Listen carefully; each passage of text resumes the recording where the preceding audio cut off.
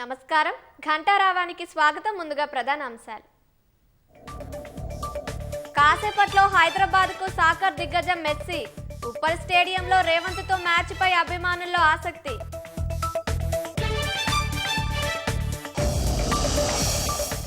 Messy ఆట కోసం హైదరాబాద్కు చేరుకున్న రాహుల్ గాంధీ. శంషాబాద్ విమానాశ్రయంలో స్వాగతం పలికిన రేవంత్ రెడ్డి.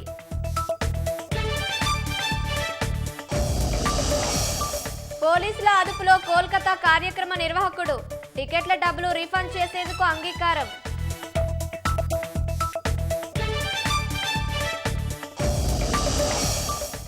రేపు రెండో విడత పంచాయతీ ఎన్నికల పోరు. సొంతూళ్లకు పయనమవుతున్న పట్నం వాసులు.